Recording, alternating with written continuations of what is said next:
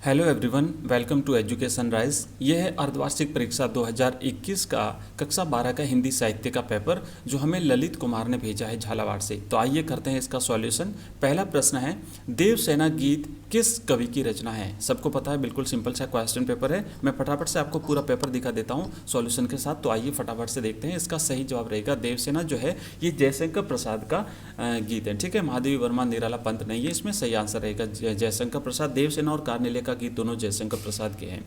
सरोज स्मृति कविता में वात्सल्य से भरा एक विलाप है, पिता का, माता का, भाई का या बहन का? तो ये पिता का एक विलाप है, क्योंकि माता तो थी नहीं और भाई बहन का भी नहीं है। पिता का एक विलाप है अपनी पुत्री के प्रति। तीसरा प्रश्न है, यह गीत अकेला कविता में दीप किसका प्रतीक है? यह गीत अकेला अज्ञे साहब की कविता है, जिसमें दीपक को मनुष्य का प्रतीक माना है। ठीक है, नदी का नहीं है, मनुष्य का है। हाँ, समुद्र का नहीं, भीड़ का नहीं, तो उसे मनुष्य का प्रतीक माना है। और दीपक को जो है पंक्ति को उसका समाज का प्रतीक यहाँ पर माना है। दीपक को मनुष्य का प्रतीक माना है, पंक्ति को समाज का प्रतीक माना है। भरत राम वन गमन हेतु किसे दोषी मानते हैं? स्वयं और भाग्य को, अपनी माँ को, अपने पिता को या फिर रावण को? तो स्वयं को और भाग्य को दोषी मानते हैं, किसी और को नहीं मानते। निसंदेह शब्द का क्या अर्थ है? संदेह रहित, बिना किसी संदेह के, अवश्य या फिर सभी। तो निसंदेह का मतलब होता है बिना किसी संदेह के। ऑप्शन बी इसका राइट आंसर है। सुमिरनी के मन की रचना है किसकी है? मुंशी प्रेमचंद की, रामचंद्र शुक्ला की, पंडित चंद्रधर शर्मा गुलेरी की या फिर किसी की नहीं? तो इसका सही जवाब रहेगा ऑप्शन स, पंडित चंद्रधर शर्मा गुलेरी की। नेक्स्ट, यह म्याऊं का ठोर था लोकोक्ति का अर्थ है। तो ये जो लोकोक्ति है इसका आप देख लीजिए, थोड़ा सा स्थानीय है, लोकल है।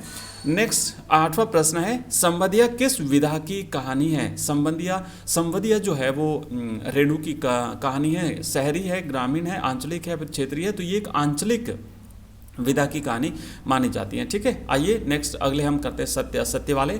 सूरदास की थैली में 500 से अधिक रुपए थे। बिल्कुल, सूरदास की थैली में 500 से अधिक रुपए थे, जिससे भैरा चुरा करके ले गया था और उसके झोंपड़े में आग लगा दी थी।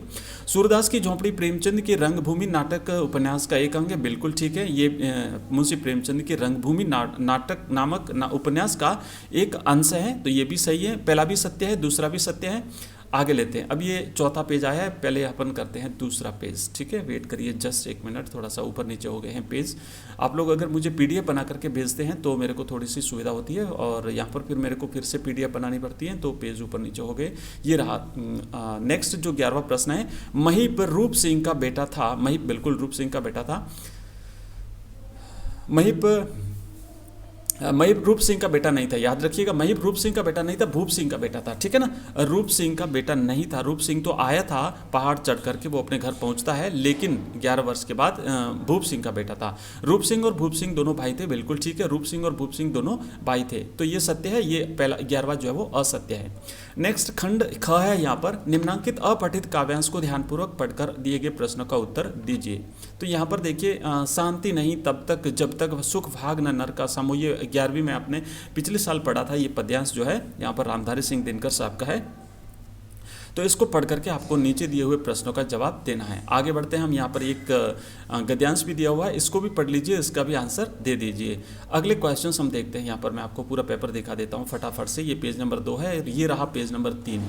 तो इसमें पेज नंबर 3 में यहाँ पर और देखेंगे हम, आज देश स्वतंत्र है किस प्रकार का वाक्य है? तो आज देश स्वतंत्र है, ये एक साधारण वाक्य है। ठीक है, यहाँ पर शारीरिक शब्द से मूल शब्द का प्रत्यय बताइए। गद्यांश में से दिए हुए प्रश्न है। अच्छा, ये बुक में से नहीं है, ये गद्यांश में से दिए हो, तो गद्यांश को पढ़ लीजिए, उसके बाद आप लोग इसका जवाब दे दीजिए। किसी एक विषय पर निबंध लिखे, आपको लिखना है। स्वच्छ भारत मिशन, शिक्षा का अधिकार, कोरोना वायरस। ये कोरोना वाला है ना, प्रत्येक प्रश्न पत्र में पूछा गया है। कोरोना वायरस जो है, इसका प्रत्येक पेपर में इसके बारे में यहाँ पर पूछा गया है, ये जो निबंध लिखना। तो इसको अच्छी तरह से याद कर लीजिए, इस पर आपका आ सकता है। और इंटरनेट ज्ञान की दुनिया, ये भी काफ़ी इंपॉर्टेंट टॉपिक है। नेक्स्ट है, कविता में बिंब और छंद का क्या महत्व है? तो ये सारे बुक में से आए हुए हैं, अच्छी तरीके से आप लोग कर लीजिए। नाटक की प्रमुख विशेषताएं लिखिए, और बिल्कुल सिंपल सा 30-40 शब्दों में लिखना है। फीचर लिखते समय किन बातों का ध्यान रखना है? विशेष रिपोर्ट को किस शैली में लिखा जाता है? मास्टर ऑफ वन को स्पष्ट कीजिए, और विभिन्न सूचनाओं के 4 कॉरिडोर। ठीक है, नेक्स्ट यहाँ पर देखेंगे, निम्नलिखित काव्यांश में से किसी एक की व्याख्या कीजिए। ये एक काव्यांश दिया हुआ है, तुमने कभी देखा है खाली कटोरे में बसंत उतरना। ये बनारस जो कविता है केदारनाथ सिंह की, उसमें से लिया गया है। तो इसकी आपको सप्रसंग व्याख्या करनी है, संदर्भ लिखना है, प्रसंग लिखना है। और उसके बाद यहाँ पर देखिए, विधि न सक्यों सही मोर दुलारा, ये तुलसीदास जी की रचना से लिया गया है। ठीक है, तो ये रहा तीसरा पेज। और अब मैं दिखाता हूँ आपको चौथा पेज, यहाँ पर देखेंगे, ये रहा इसका चौथा पेज। याद करके जाइएगा, कहीं रिपीट हो सकते हैं, इसमें से क्वेश्चंस रिपीट हो सकते हैं। अच्छा सा पेपर है, चौथा पेज है। उपयुक्त प्रश्नों के उत्तर 30-40 शब्दों में दीजिए। जो है वह सुगबुगाता है, जो नहीं है वह फेंकने लगता है। तो इसको देख लीजिए, लौटा लो ये अपनी थाती, मेरी करुणा हाँ खाती। उसके बाद में यहाँ पर देखिए, निम्नलिखित गजंस में से किसी एक की सप्रसंग व्याख्या करनी है।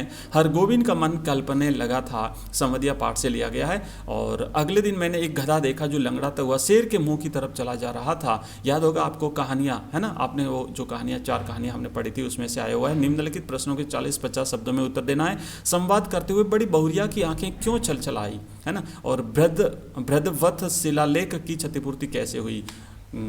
30 रुपए में जो एक विवाद हो गया था दोनों के बीच में ना, और 30 रुपए में उसे बेच दिया था। निम्नलिखित प्रश्नों के उत्तर 25-30 शब्दों में दीजिए। सूरदास की थैली में कितने रुपए थे और वह इस दुख को कैसे उबरा। और भूप सिंह की कोई 3 चारित्रिक विशेषताएं बताइए। और उसके बाद में 4 प्रश्नों के उत्तर दीजिए। प्रसाद गुण का उदाहरण, और गण याद करने का सूत्र क्या है। अक्रमत्व दोष की परिभाषा लिखिए। हरिगीतिका छंद की परिभाषा लिखिए। दृष्टांत और मानवीकरण अलंकार का एक एक उदाहरण दीजिए। तो ये हमने एक पेपर देख लिया हिंदी साहित्य का, और बाकी भी हम आगे देखते रहेंगे, आपको मिलते रहेंगे। ठीक है, बहुत बहुत धन्यवाद।